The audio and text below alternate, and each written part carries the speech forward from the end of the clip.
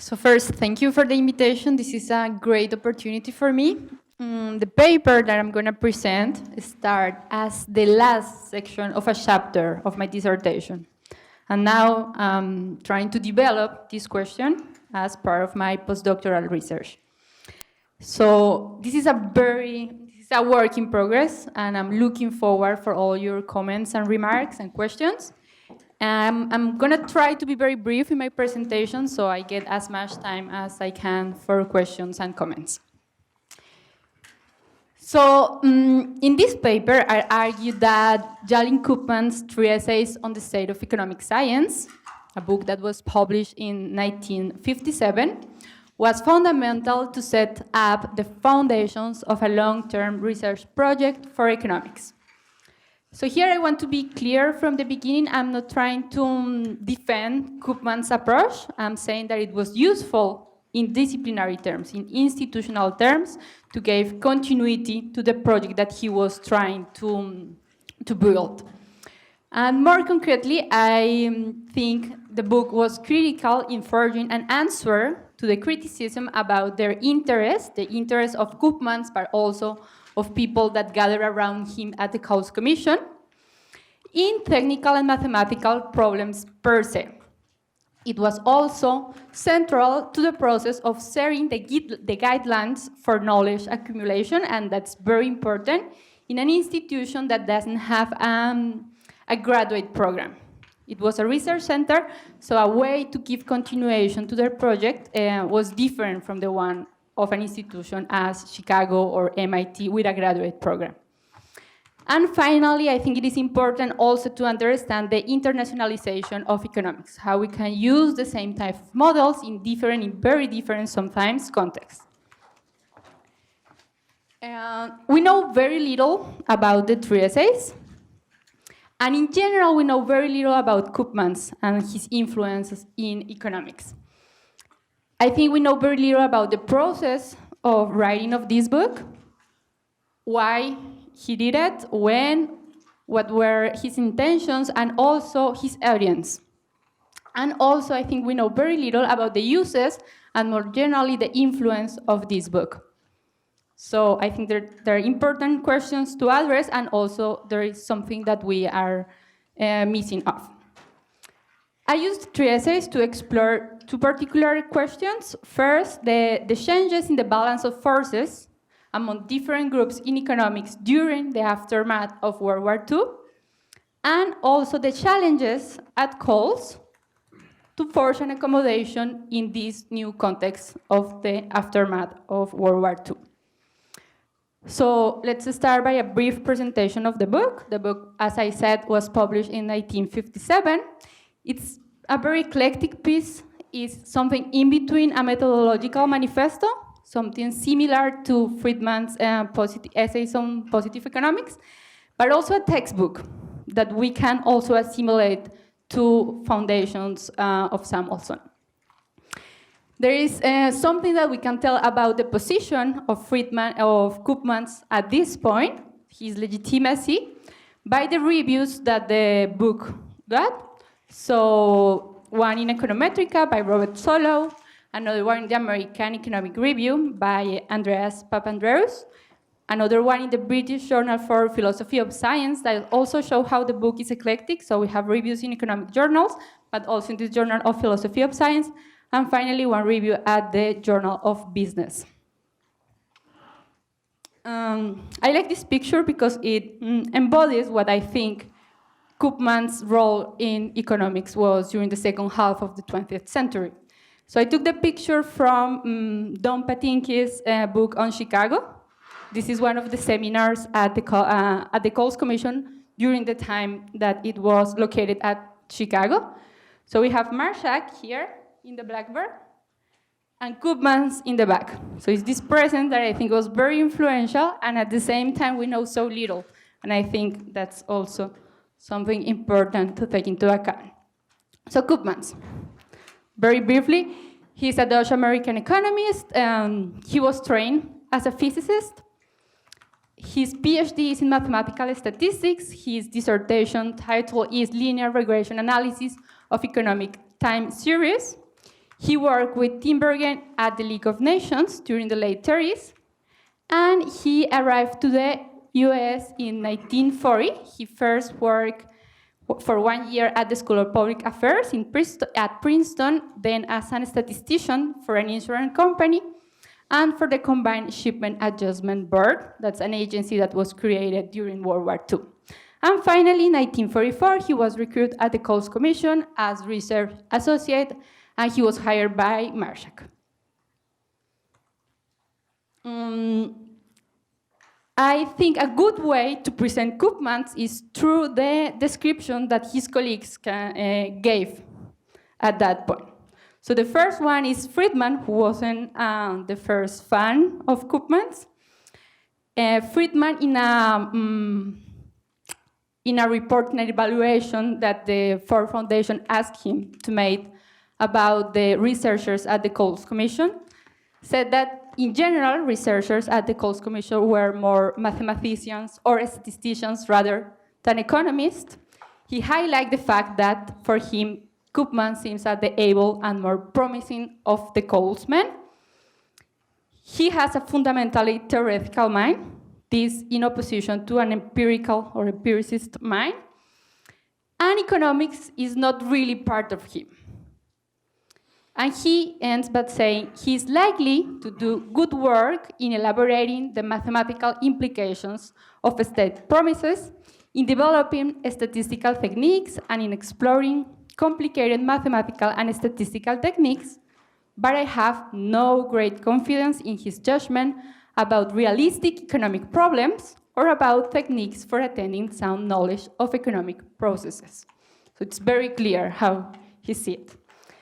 And if we want to get a point of view that is a more sympathetic towards Koopmans, but also shows his image in the profession, I chose for this Robert Solow's impression. So during the 50th anniversary of the Coles Commission in 1983, Solow described Koopmans as someone with no real interest in macroeconomics because it was too loose for his exact and fastidious mind.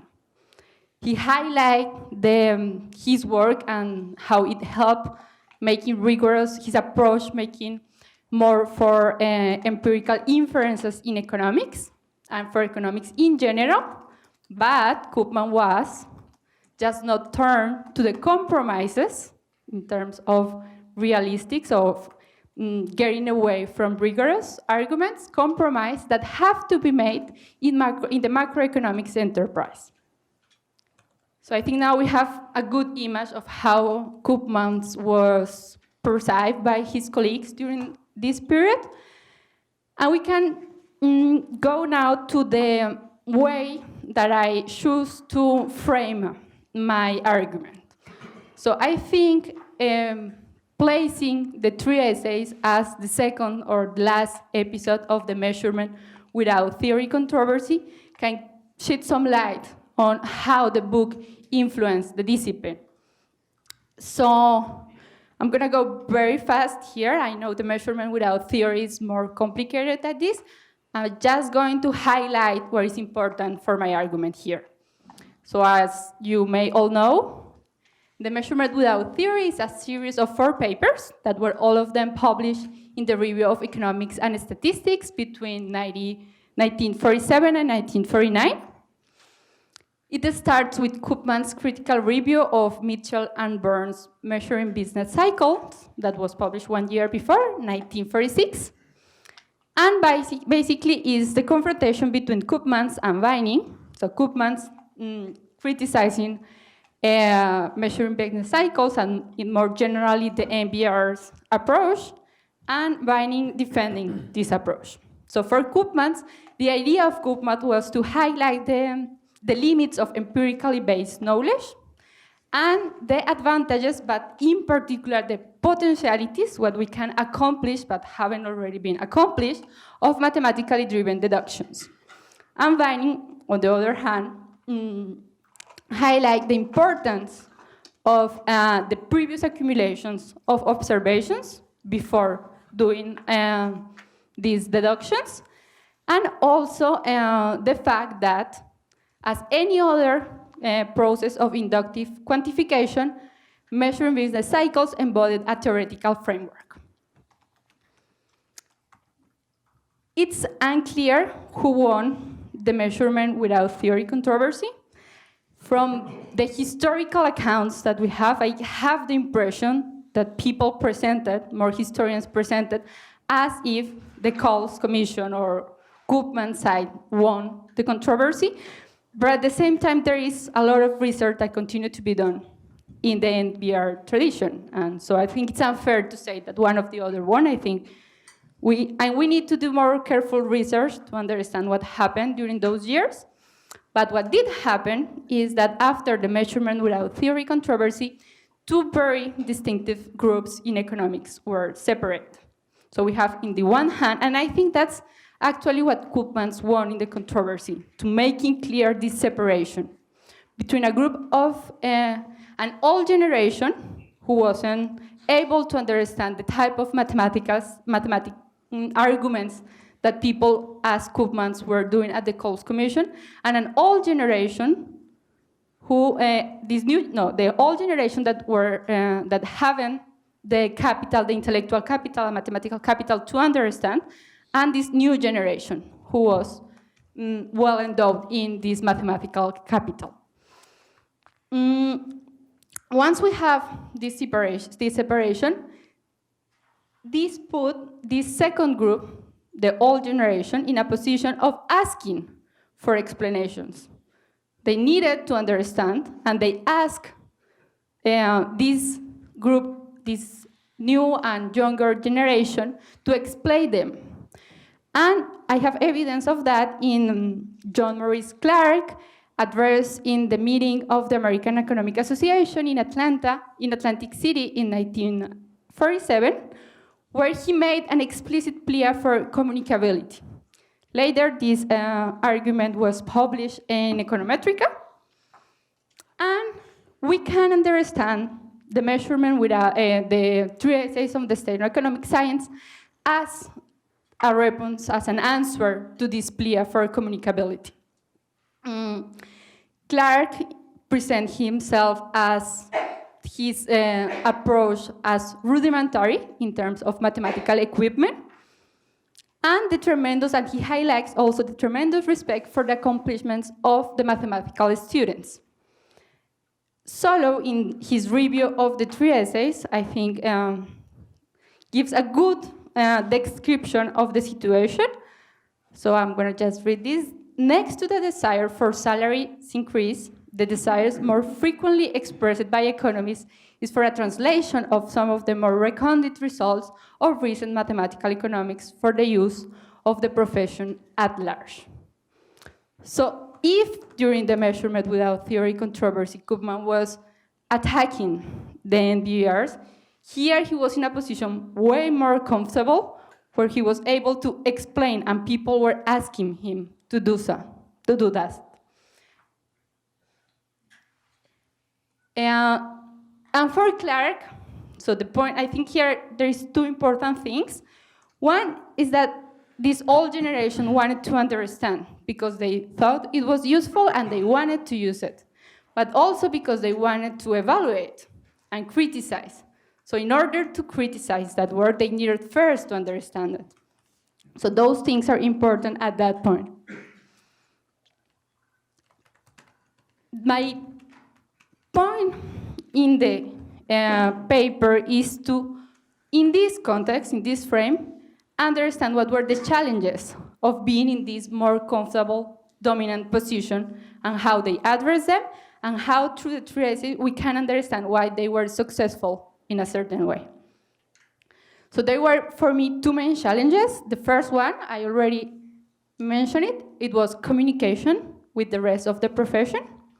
And a second challenge was create a sense of belonging to this new recent way of doing economics. And I call that cohesion.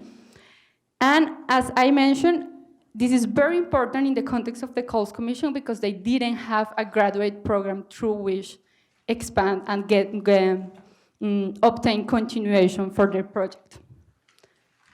So let's evaluate these two challenges. First one, Communication. The 3 essays, as the title said, is composed by 3 essays. In the first one, Koopmans addressed the challenge of communication. So the first essay is an answer to Clark's plea for communicability, and this is mentioned in an explicit way in the preface of the book. For Koopmans, the aim was to communicate the logical content and some of the underlying reasoning of recent developments in mathematical economics to the generalist economist, and that's how he named the other group, generalist economist versus mathematical economist. Koopmans' work was described by Solow in his review as done with sympathy, skill, and care. He wasn't attacking anyone as in the measure without theory controversy. He was being nice and explaining, and that's more comfortable. Koopmans was only, of course, moderately successful, reducing the isolation of mathematical economists from his non-mathematical colleague. And this is kind of obvious. You can't just teach all those mathematics that were very complicated. Someone who was trained as a physicist, then did a PhD in mathematical statistics in just one book. So this is a more complex process that takes more years and not just explaining the results in this kind of textbook way. So on another of the reviews, we can read the mythical average economists may expect to get the flavor of the argument, but should not really expect to understand it fully, unless he is prepared to acquaint himself with the mathematical tools needed. So this is something that is more complex, and this is part of what I'm trying to do now, and is to trace back how the book, the 3 essays, were used in syllabus and in the curriculum in general. So if you have ideas of how I can exactly do that, where I can get those materials, that will be useful. I'm still looking in the archives in general for syllabus and trying to find it. The second challenge, as I said, it was cohesion. It was the idea of creating this sense of belonging to a single project within the scholars working at the Coles Commission. And one of the things that Koopmans did very well in his essay was to present, and those are his themes, as offshoots from the same mathematical scheme, that is the theory of linear spaces, 4 different results as belonging to a single project. So the first one is the model of competitive equilibrium, the work by Arrow and Debray, the theory of the use of prices for efficient allocation of resources, the model of activity analysis, and input-output analysis. And for the first time, this set of dissimilar and separate contributions were brought together within a single conceptual structure. And as I already said, this was important in a context where they didn't have students. Finally, and this is going to be my last point, for this challenge of cohesion, it's important to take into account what Koopmans called in his book the axiomatic method. So the axiomatic method is the process of formally deducing theorems from axioms in some system that includes deduction rules. And he presents this method in the second essay. Through this method, Koopmans separate what he calls empirical truth from logical truth. And this separation allows to another separation between reasoning from the discussion of the relation to reality. And this is key in his project. So whether we think this is a good way to go or a bad way to go, in terms of cohesion for this group, it was very important. And this was important for three reasons. So the first one, before explaining the 3 reasons, so how he accomplished how he linked these 2 different processes, the empirical truth and the theoretical truth. Through interpretation and application. For Koopmans, interpretation is establishing definitions, statements or descriptions connecting terms with observable phenomena. So that's how he tied these two different processes, the logical truth and the empirical truth.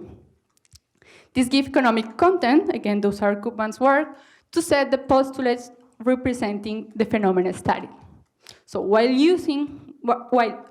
urging for a clear separation, the postulational method, postulational or axiomatic method, offers Koopman claims a procedure through which theoretical and empirical economics move closer each to each other. They meet on the grounds of a common requirement for good hard talk from explicit basic problems. Why this is useful in terms of cohesion for this group? So I have here three arguments. The first one is that it allowed them to articulate an answer to the critics of the use of mathematical tools per se. It gave them a mechanism to accumulate knowledge, and that's important, how the individual work can be articulated in one single structure. And finally, as I mentioned at the beginning, it was also important for the internationalization of economics. So let's start with the answer to the criticism. In the second essay, Koopmans addressed explicitly the puzzle that John Hicks so nicely put in 1939 in Value and Capital. So for Hicks, pure economics has a remarkable way of producing rabbits out of a hat. Apparently, a priori propositions which apparently refers to reality. So how Koopmans answered this critique?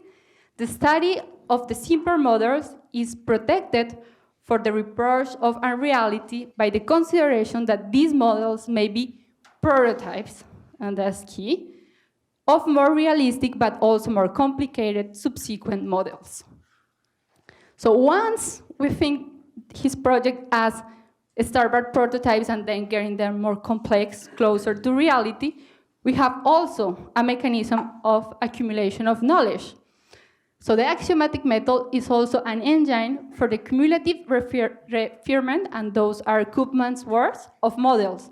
So they could take into account more and more aspects of reality. For Koopmans, and that's how they expect to build more knowledge, dissatisfaction with the relevance of available models provides stimulus for cumulative refinement of models to take into account more and more relevant aspects of reality. And this is something else that I'm working on now. So which are the examples of this way of accumulation of knowledge? In my text, I use information in economics, but I'm still not quite sure that's the best way to illustrate this mechanism to accumulation of knowledge. And finally, I think through the postulational or axiomatic method, economics gain insight into a logical unit under substantive diversity, so we can apply the same model in different contexts. And this is also part or a consequence of this separation between logical truth and empirical truth.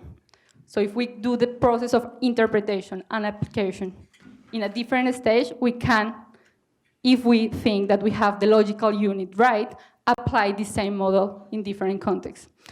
So for Koopmans, sometimes quite different economic phenomena are expressibly by a set of postulates of which the logical content is similar or even identical. And this is also part of why, this explains why I got interested in those problems. I was trained as an economist in Colombia, and I learned basically the same that people did in other contexts. In France, I was also trained as an economist in France, and they were using the same kind of models. So I think we can understand some of the success of economics doing that by understanding how the postulational method of Koopmans works and its success. So just to finish, I want to tell you what I'm planning to do next. So I plan to do archival work. I'm going to visit Koopmans' papers that are at Yale University this spring.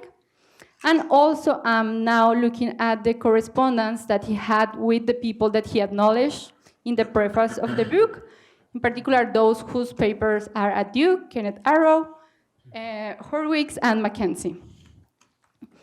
I think it's also interesting, and I think I can find something interesting comparing the three essays with similar pieces. First, Duffman, Samuelson, and Solo, Linear Programming and Economic Analysis. That is a similar exercise of translating difficult results that they developed while they were working at Rand Corporation.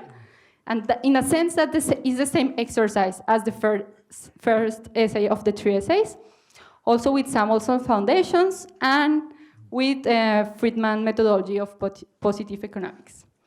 Yeah, and the other part I already mentioned, I am trying to see if I can find evidence of the use of the three essays in the syllabus and other courses material.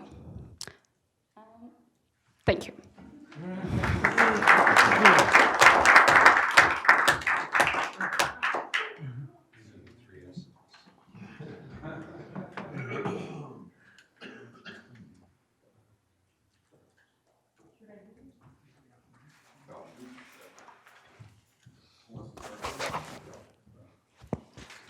Carlos was starting.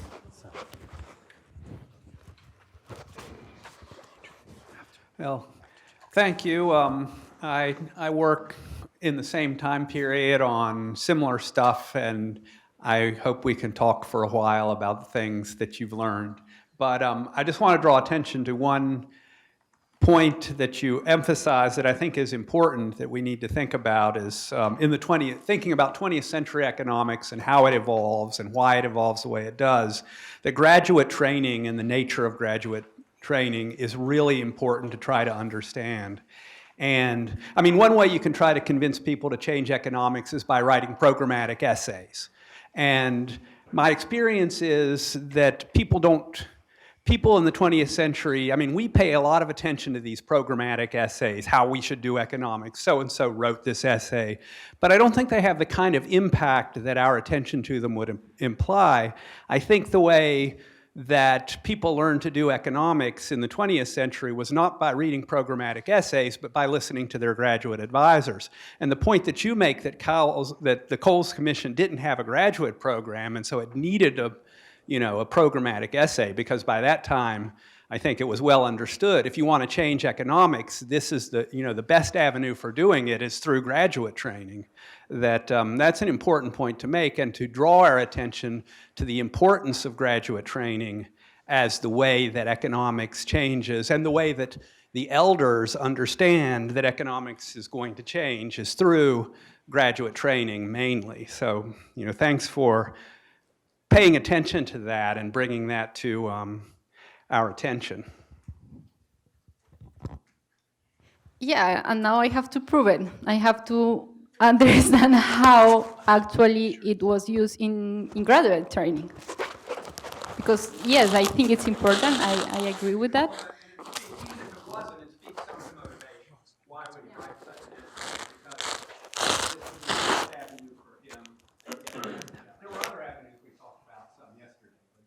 Important avenue to getting the message out and effectuating the change he wanted to see made.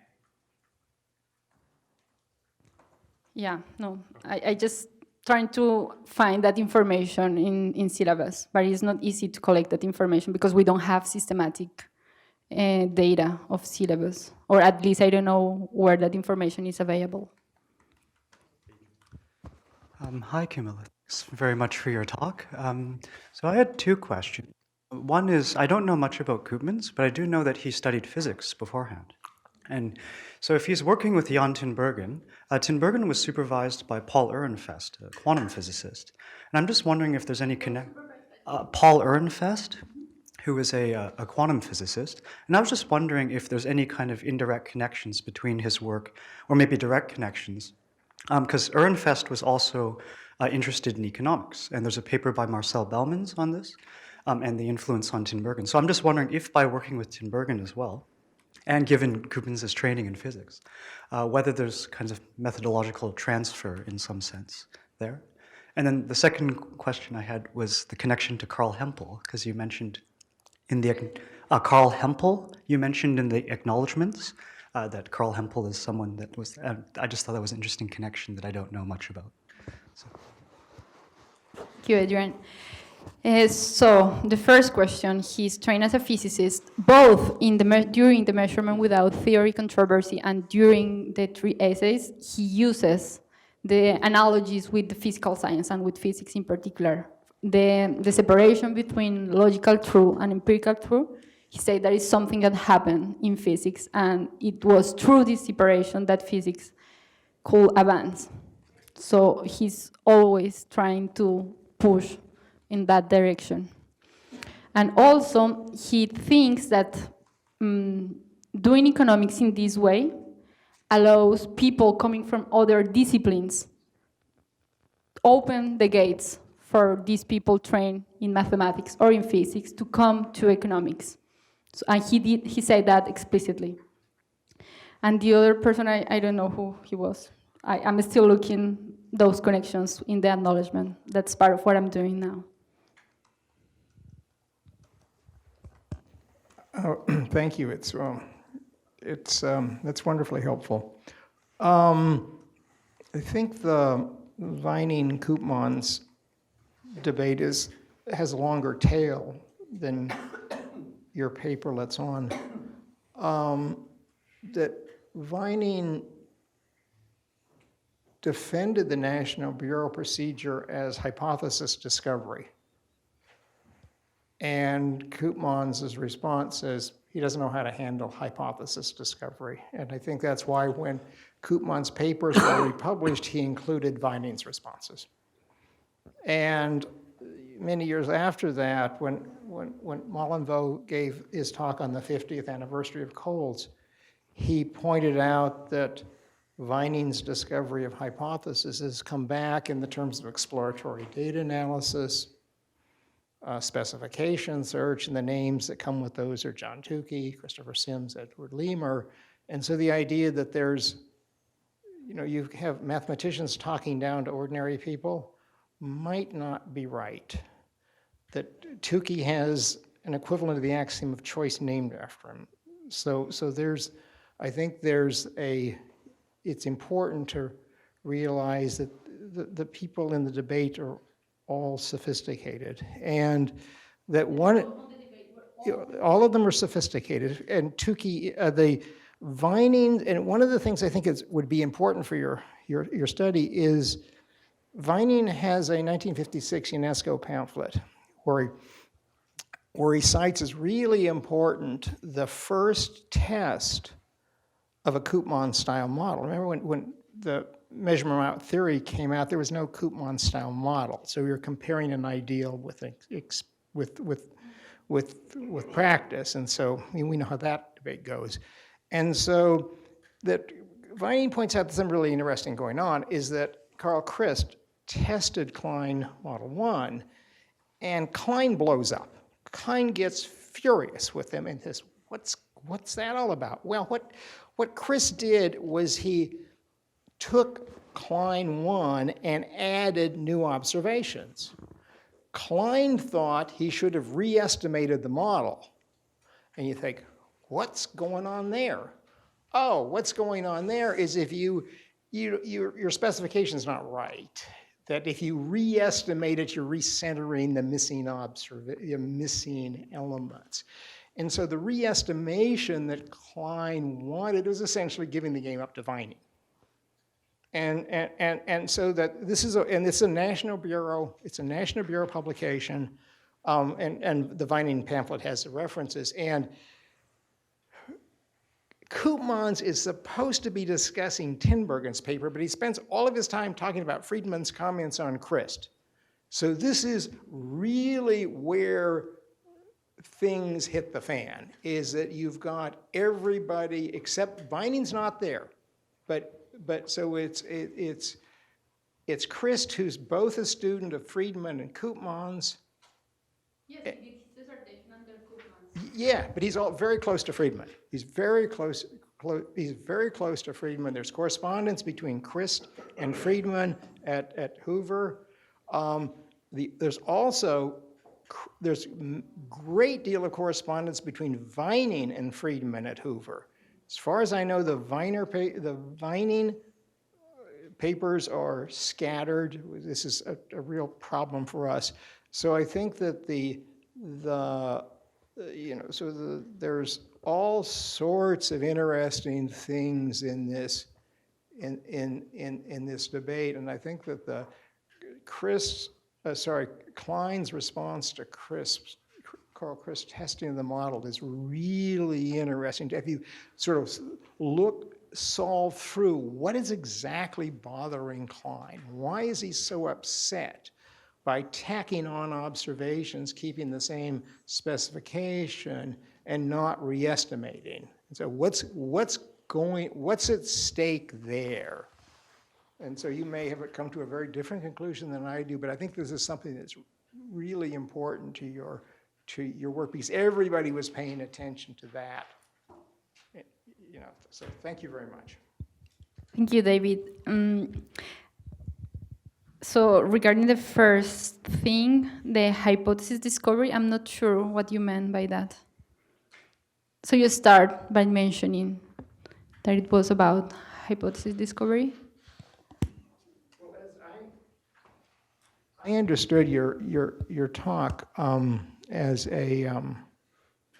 your larger picture was mathematicians or statisticians and sort of economists who are neither. Vining's dissertation was directed by Lange. That Lange wrote to Samuelson saying Vining is as good as anybody at Chicago, but he's not as good as people at Columbia. And you say, what's that all about? Well, Wald was at Columbia. So Wald is in some deep sense where modern statistics. All sorts of things come from Wald, and the revival of Bayesianism and that sort of stuff. And so no, there's nobody at Chicago as good as Wald.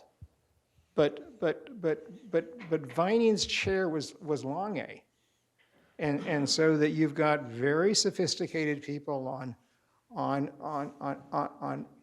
both sides, and so it's not. I don't think it's helpful to portray the debate as one between the new world with mathematical sophisticates versus the old world with people who are not sophisticated. I think there's massive sophistication on both sides.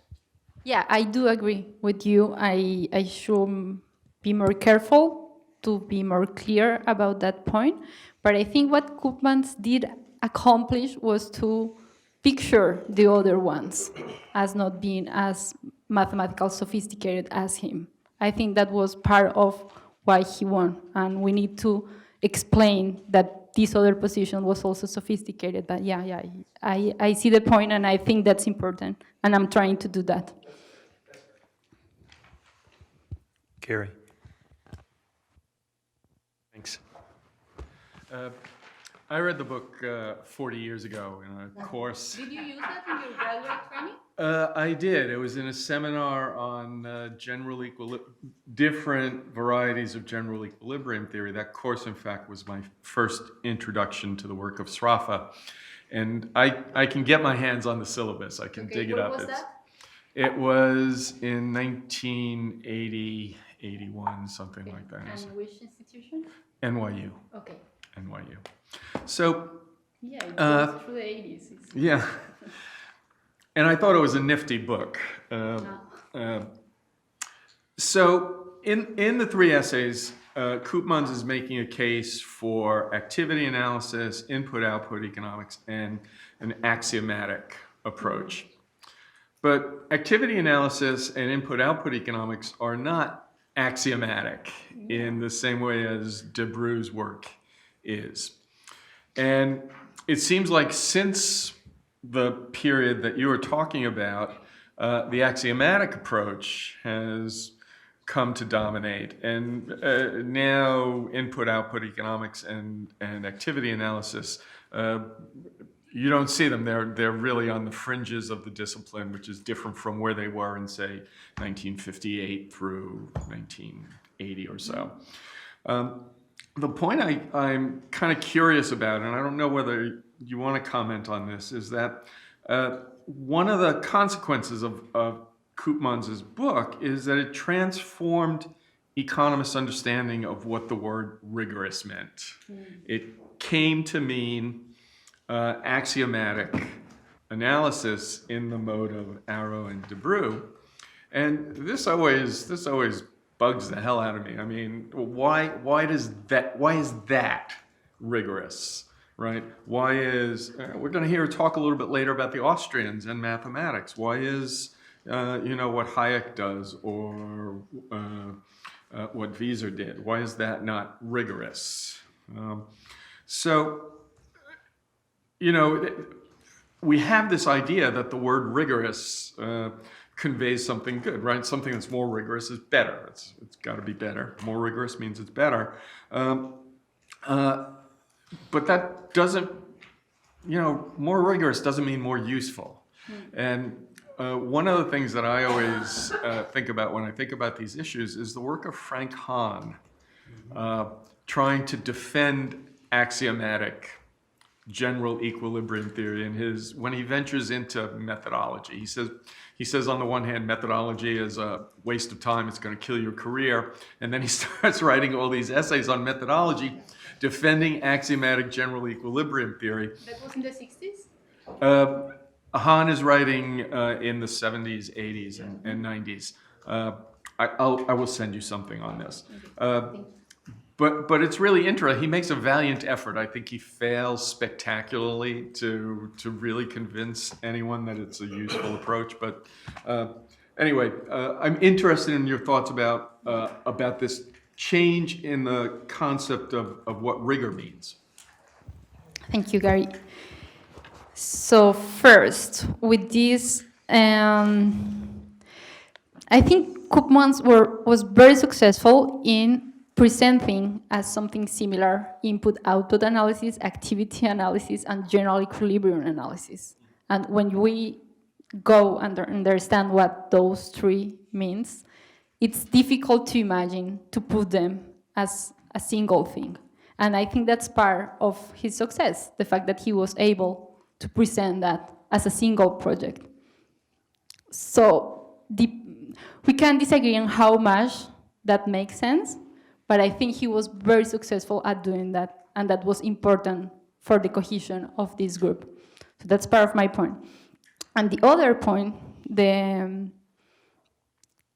his definition of rigor, I think is more general. I think it's not just his definition of rigor, it's his definition of what theory is in economics and what counts as theory in economics. And I think that framed the way we understand what theory is in economics. That is related with his particular definition of rigor, but that go further and implies a whole conception of what theory is, and that's even more powerful.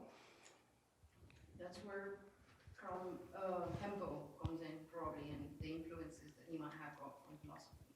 Okay. Well, I was going to mention, right, so I mean, there's a philosophical notion of rigor, which is much closer to the traditional, verbal concept of rigor.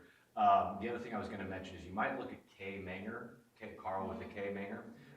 His essay in the anthology on his father that was edited by John Hicks and Wilhelm Weber, he basically argues that there are two competing notions of rigor. There's the mathematical notion of rigor and there's the verbal Austrian notion of rigor, and neither is per se better than the other. So that might be a little bit. Yeah, in that sense, we can connect this with what happened in the 19th century. May I make a quick point? A nice history of rigor is provided by Antrop's paper. Kind of history of the term rigor in mathematics and economics is in Roy Weintraub's paper, Axiomatisches Missverständnis. Okay. It's an English paper, so just the title is clear. Thank you. Thank you, Camila. 2 points. Going back to the comment about Ehrenfest. I don't think that's on. Yeah, turn it on. Turn the mic on. Is that on? Sorry. Thank you for your paper. Going back to the comment about Ehrenfest. So you've talked about mathematical sophistication and rigor, but this is a boundary crossing from physics. And I think one place to start is how do you make that translation, cross those boundaries? And then there's an elephant in the room in physics in the 30s that we don't want to ignore in the emergence of quantum theory, which blew everybody's traditional scientific minds and expectations about what math could or should possibly do. So I think you need to deal with that issue of the boundary crossing and the compromises that Koopmans made as he found himself in a new environment. So that's the one point. And then slightly more frivolous second point, following up on Jeff's point about graduate training. Let's not forget, for the people in this room, the dark, no, black irony of what it meant to bring mathematics into graduate training in economics. It meant the exclusion and the elimination of history of economics from the graduate curriculum. Time after time, many people have demonstrated this. The decision was made, oh, we need another course in econometrics or mathematics, and sorry, you guys are on the short end. So I know this isn't direct to what you're saying, but in terms of sort of a reflexive appraisal of your work, it's the failure to engage in the graduate training and economics in general, in this evaluation of what we're doing, the profession as a whole. I'm not just talking about us, but we are the agents of that reflection. That was part of what it meant for increasing sophistication in economics.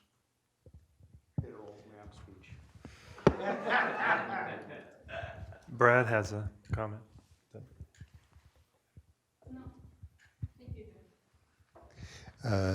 I had two questions. One that draws from what Gary said earlier, but the first is, I'm not sure you identified the source of the quote from Friedman.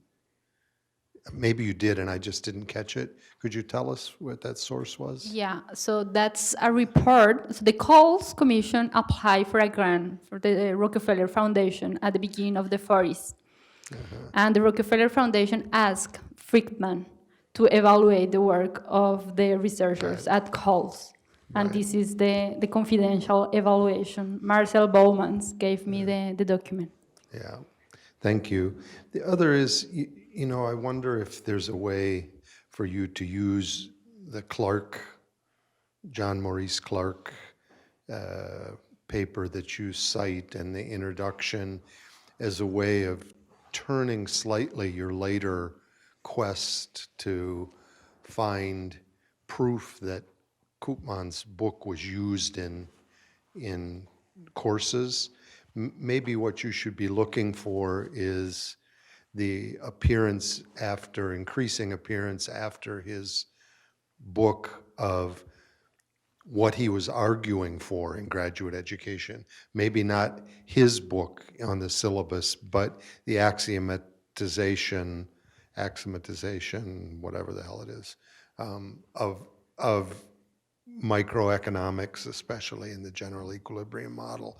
If his book, maybe his book didn't make it into many syllabi, but maybe he was successful in what Clark was asking him to do, which was to articulate an understanding for the rest of the profession of what the value of that work was. Maybe it was one pillar, I don't want to say how strong, how important, but one piece of a larger cultural shift in graduate education, and he was successful in achieving what Clark wanted him to do, and that changed graduate education, whether his book was used or not. But I think, again, how I can access that information, I'm trying to think this as a concrete problem, so where I get the material to look for those answers. So the idea of just having the book as part of the reading list is a more clear indicator. I totally see your point, but I haven't figured a way to access that information in a representative way, not just in one program, 1 year. And that's what I'm trying to do. But yeah, I understand what you are saying, and I think that's even more important than just the appearance of the book, but because the book could just be used as a counterexample or. Thank you. So I'm going to make a comment. At the ASSA meetings in January, there was a paper given in an HES session that showed that the move of Coles from Chicago to Yale actually took Yale up to a major program. It had been second tier and it became top tier. And the argument was made because the chair of the session was the Yale chair of the department, that the Coles Commission presence at Yale is what has made Yale a major program, not just a minor run.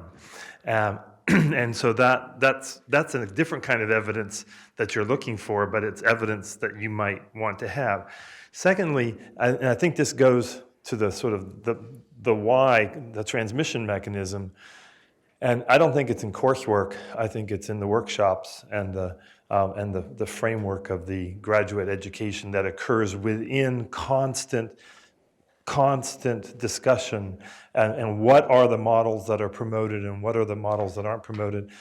This was the battle at Chicago before the Coles left, and part of it's why Coles left was because of the battle. And so the Chicago department's PhD program was, many of the students who were in that program were in the Coles Commission workshops as well, but the departmental workshops, which determined their PhD program, were Friedman, were et cetera, and so this battle back and forth was very important, not only to shaping Chicago, but to shaping the Coles Commission. And then they moved to Yale, and then they become the method, and they become the one that grooms the people who are Yale PhDs.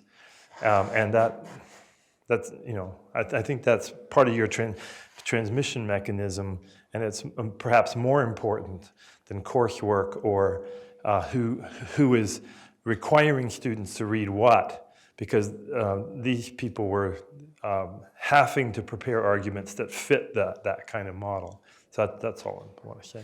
There's somebody else. I want to add something. Yeah, go ahead. Yeah, but where can I find those evidence of those transmission mechanisms? So start doing social network analysis on the workshops and who attended what, who took what, who wasn't. So I don't know how Yale worked, but you can get it from the Chicago side in terms of who was in what workshops. Carl Christ, for example, et cetera. So you can get the lists of names, you can see who was present. And then Yale, how did this work? Let's dig, let's look. Somebody had a comment. I thought, oh, there you go, good. just a general comment. Everybody may still know about and remember these things, but if they don't, I think it's worth mentioning. An economics professor at Duke named Ed Tower in the early 80s collected the syllabi and the problem sets of many major graduate programs circa the mid-70s, and they were published by Eno Press or Eno River Press. If you get your hands on those, you've just got a big pile of 1970 syllabi.